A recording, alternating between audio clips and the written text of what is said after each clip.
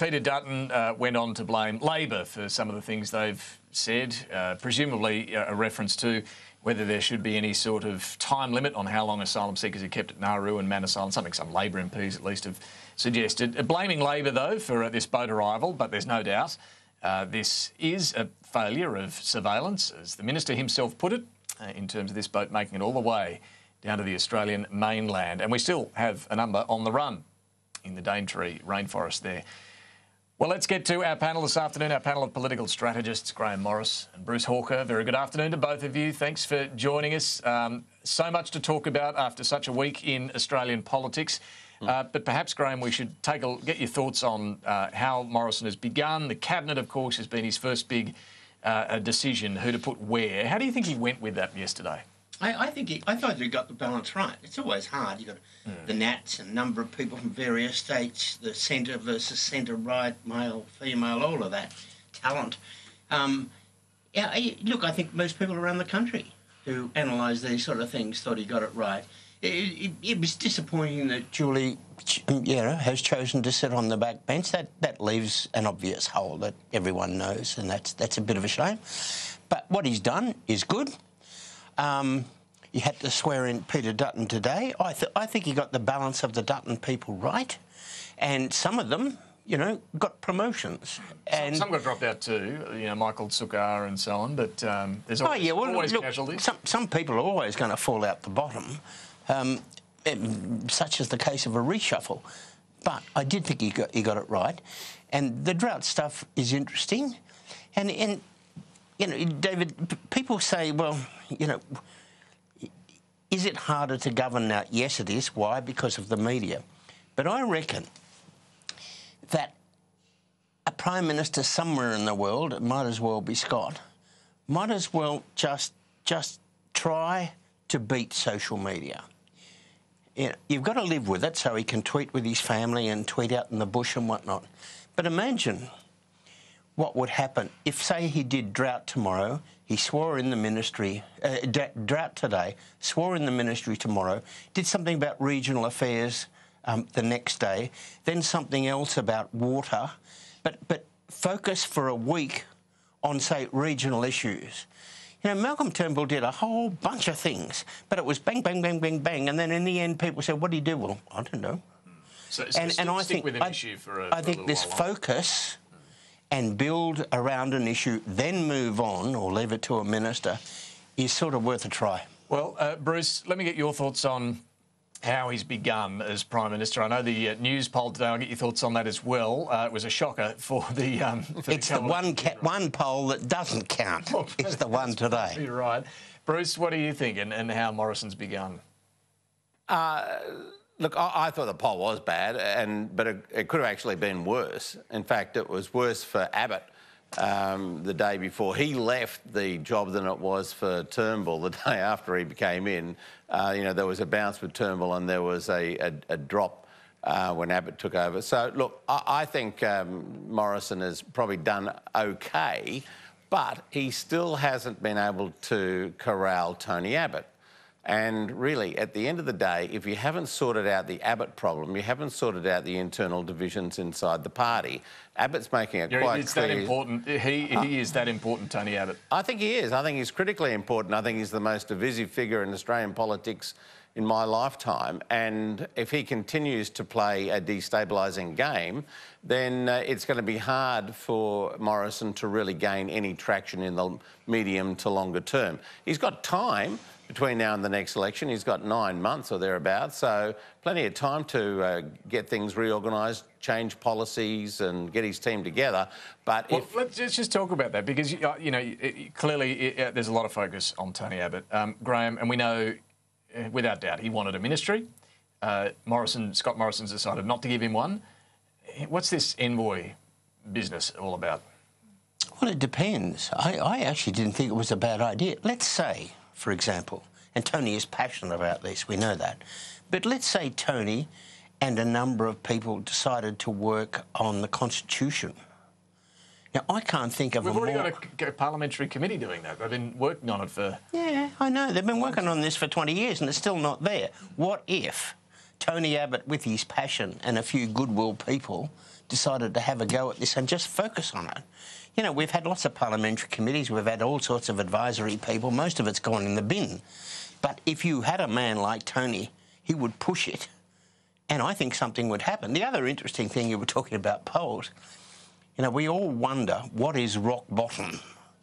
And by the look of it, given last week was a complete schmozzle, that there are some wonderful people out there, in fact 33% of the country, which will still vote Liberal, no matter how badly they're going. Bruce, just on that envoy idea, though, I mean, Barnaby Joyce has said yes. And look, you know, maybe there is a case for this sort of thing, but the way Scott Morrison was describing it was that Barnaby Joyce would talk to the drought coordinator they appointed a week or two ago and then talk to the Minister and the Prime Minister.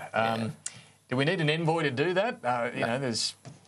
No, you don't. These things, mobile phones. Yeah, I don't get it at all. I mean, politicians, ministers talk to senior advisors and bureaucrats and all the time. They're in constant contact with them. That's, you know, 80% of their life. So there's no real need for this to be performed by some sort of intermediary, an envoy. It's trying to give these guys a job. I don't know why he's bothering about Barnaby, and I sort of understand why he's bothering about Abbott. Because Abbott is a destructive and divisive figure. That's beyond doubt. I think what he should be doing is the sort of stuff that Rudd did back in 2013 when he came back into power and have some measures in place to stop leaders being removed at the whim of a cabal inside the party. They don't like it in the electorate, and the party doesn't like it either, and it would be a very sensible move on their part to do it. And look, and you know, you've long championed that, and we saw Rudd do it when he came back as Prime Minister, put those rules in place to make it harder to blast out a Prime Minister particularly. Grahame, I don't know if you saw John Howard's comments on this yesterday, but he was pretty strong, pretty adamant it's a bad idea. On another network, I was even stronger. Right. Well, a Westminster system means the members of Parliament decide who the Prime Minister is. Yeah, and it's stupid. You know, and Bruce is part of the architect of this. Let's say, for example, Scott goes through the roof between now and Christmas. The Labor Party is stuck with Bill Shorten. Let's say Julie Bishop got up and the Labor Party wanted to change to Tanya Plibersek. They couldn't. They're stuck with Bill Shorten. Now, there's different roles. The organisation, it organises campaigns, it chooses the candidates. But once the electorate has voted for the politicians, certainly on the coalition side of politics, the colleagues themselves, the people in the Parliament, choose the leader, and that will ever thus be the case. Well, good luck with that argument. Good luck with that argument out there in the electorate. The people are sick of it, and every time they see politicians engaging in this asinine exercise of replacing a leader and then putting in somebody else whose politics often doesn't really vary much from the person that went before them, they get very, very annoyed. And politics and the Westminster system are in a constant change of flux and change. It's not as it was in the 1700s. It's not as it was in the 1900s. It's open to change. It's open to giving people... So do you want Bill Shorten for life? It's open to giving the electors, who are the members of the political party who are actually there to support that person, a say in who should be the leader. The electors don't like the idea of politicians going in there on a whim, or because they want to settle an old grudge, or because they think someone's too ideologically incorrect, the right to go and change them on like that, like they saw last week. If you were watching television last week, if you're watching the Vox Pops, if you're listening to people, you'd know what they're saying. Stop this nonsense. Stop it now and give the Prime Minister, who's got a mandate from the electorate to go and do what he was elected to do, a chance to do it, and then if the people don't like it at the election, toss him out then. This is a disgrace. And, you know, we're becoming a joke in this country. I've got a friend in Italy who's a political campaigner who says, you know, why is the Australian political system so unstable? Why are we becoming a joke? Because politicians are being infantile. Well, if the Italians are saying that, it is a worry. Look, let me quickly get your thoughts on Wentworth. The outgoing PM, Malcolm Turnbull, the former PM, Malcolm Turnbull, hasn't yet said exactly when he's going to resign. Bruce, Do you reckon Labor should run in a seat like Wentworth in a by-election if it were to happen towards the end of this year? Look, I think they should run a candidate, but I don't think they should spend a lot of money on it. Wentworth is not a seat that Labor's going to win in.